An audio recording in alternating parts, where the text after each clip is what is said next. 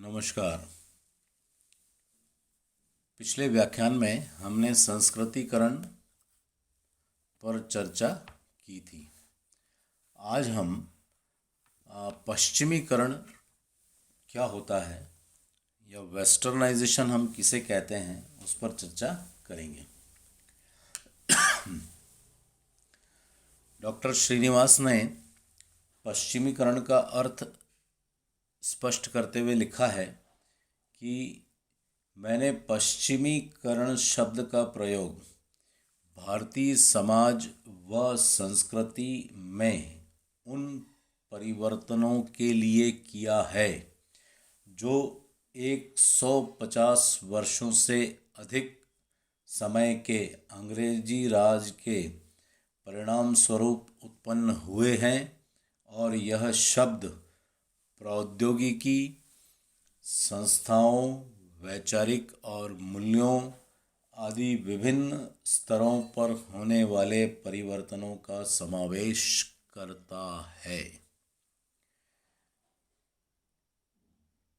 यानी डॉक्टर श्रीनिवास ने हमारे देश पर जो अंग्रेज़ों की हुकूमत रही है उसका जो प्रभाव हमारे जो अलग अलग समूहों, संस्थाओं, मूल्यों आदि पर जो पड़ा है उसको इसमें उन्होंने प्रमुख स्थान दिया है। लिंच ने भी उनकी परिभाषा को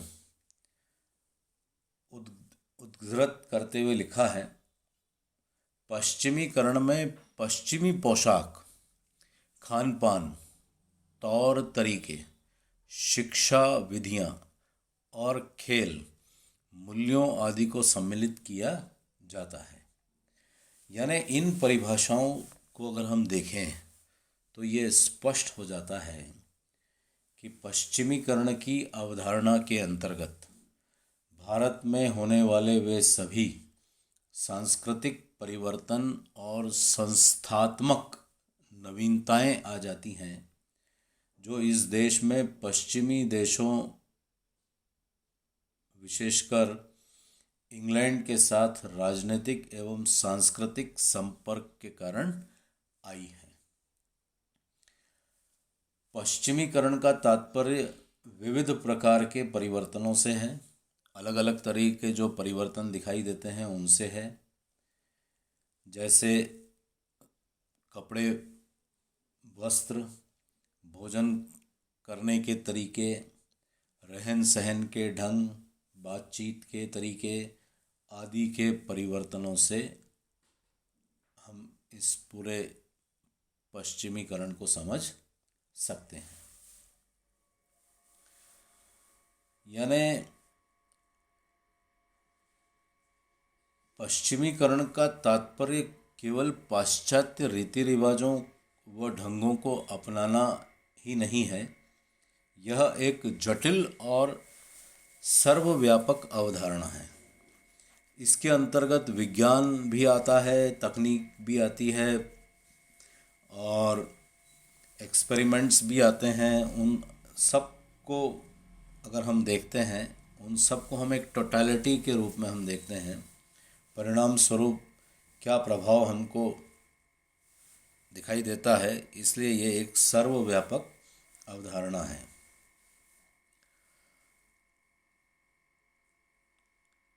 पश्चिमीकरण ने समतावादी और लौकिक दृष्टिकोण के विकास में सहायता प्रदान की है। विभिन्न समस्याओं के प्रति अब लोग जो है तार्किक दृष्टिकोण अपनाने लगे हैं। पश्चिमीकरण में कुछ मूल्य वरीयताएं या जिसको हम कहते हैं वैल्यू प्रेफरेंसेस भी सम्मिलित किए जाते हैं। यानी ये जो है एक बहुत व्यापक अवधारणा मानी जाती है।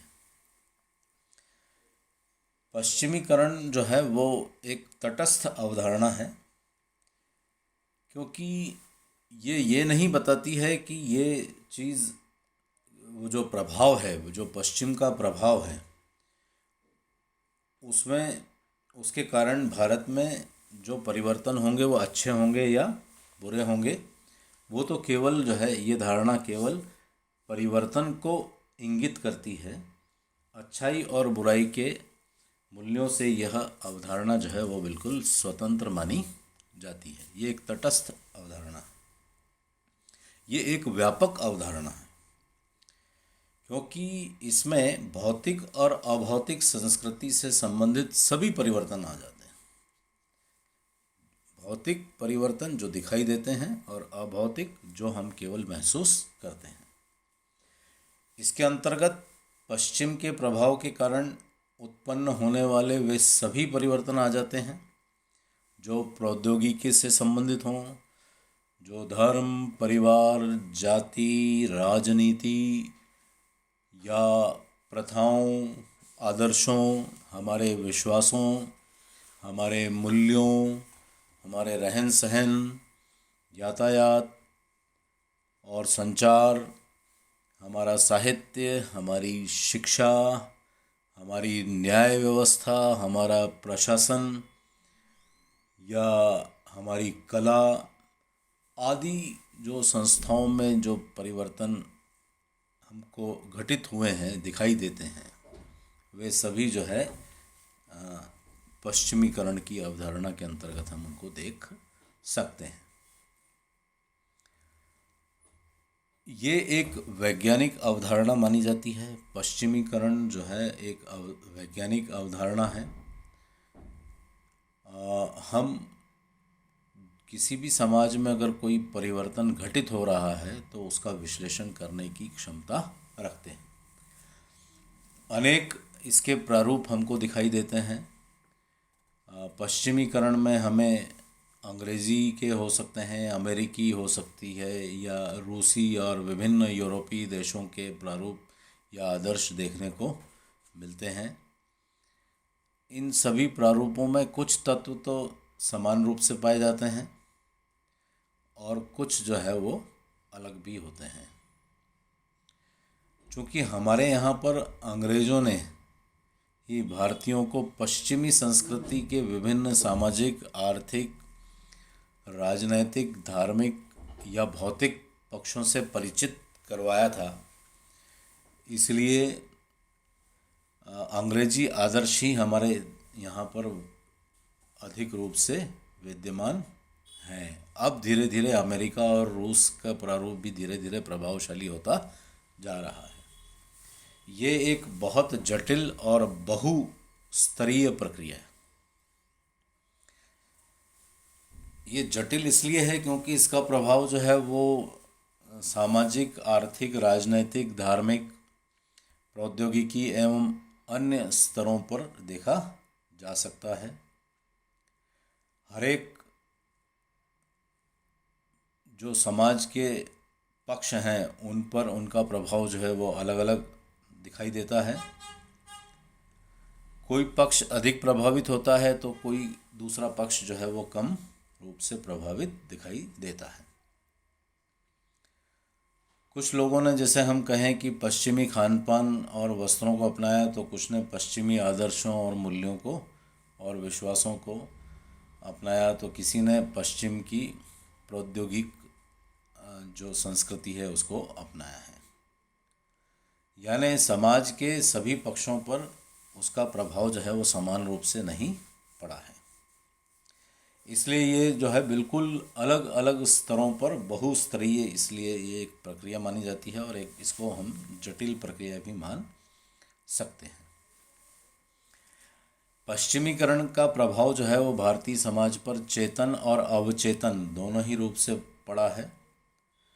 कुछ को हम जानबूझकर प्रयत्न पूर्वक प्राप्त करने की कोशिश करते हैं, ग्रहण करने की कोशिश करते हैं, और कुछ जो है वो हमारे अप्रत्यक्ष और अवचेतन रूप में से हम उससे प्रभावित रहते हैं और वो हमारे दैनिक जीवन में का और हमारे दैनिक व्यवहार का एक अंग बन जाते हैं।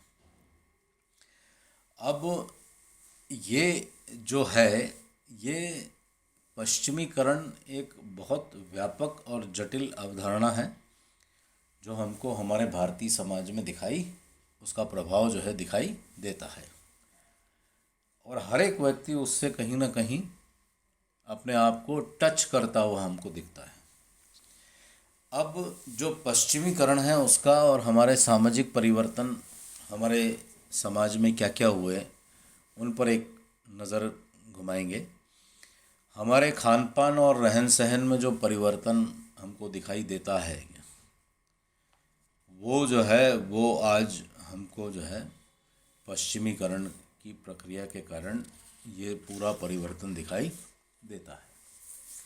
हमारे सामाजिक जीवन और संस्थाओं में काफ़ी परिवर्तन आया है, चाहे वो हमारी जाति व्यवस्था से रिलेटेड हो या हमारे विवाह प्रणाली से रिलेटेड हो। हमारी जो पारिवारिक संरचना है उसमें काफ़ी परिवर्तन हमको दिखाई देता है। स्त्रियों की स्थिति में चाहे परिवर्तन हो, ये सब जो है हमारे सामाजिक जीवन में जो है और संस्थाओं में परिवर्तन के रूप में हमको दिखाई देती है। धार्मिक जीवन में भी अनेक प्रकार के परिवर्तन जो है हम आज फील करते हैं। वो पूरी अंधविश्वास और कर्म कांड और ढोंग पाखंड की जो प्रक्रियाएं यहाँ पर प्रचलित थी उनमें काफ़ी उनसे हम काफ़ी दूर हुए हैं, और जो सामाजिक बुराइयां थी उनको हमने धीरे धीरे जो है छोड़ना शुरू कर दिया है।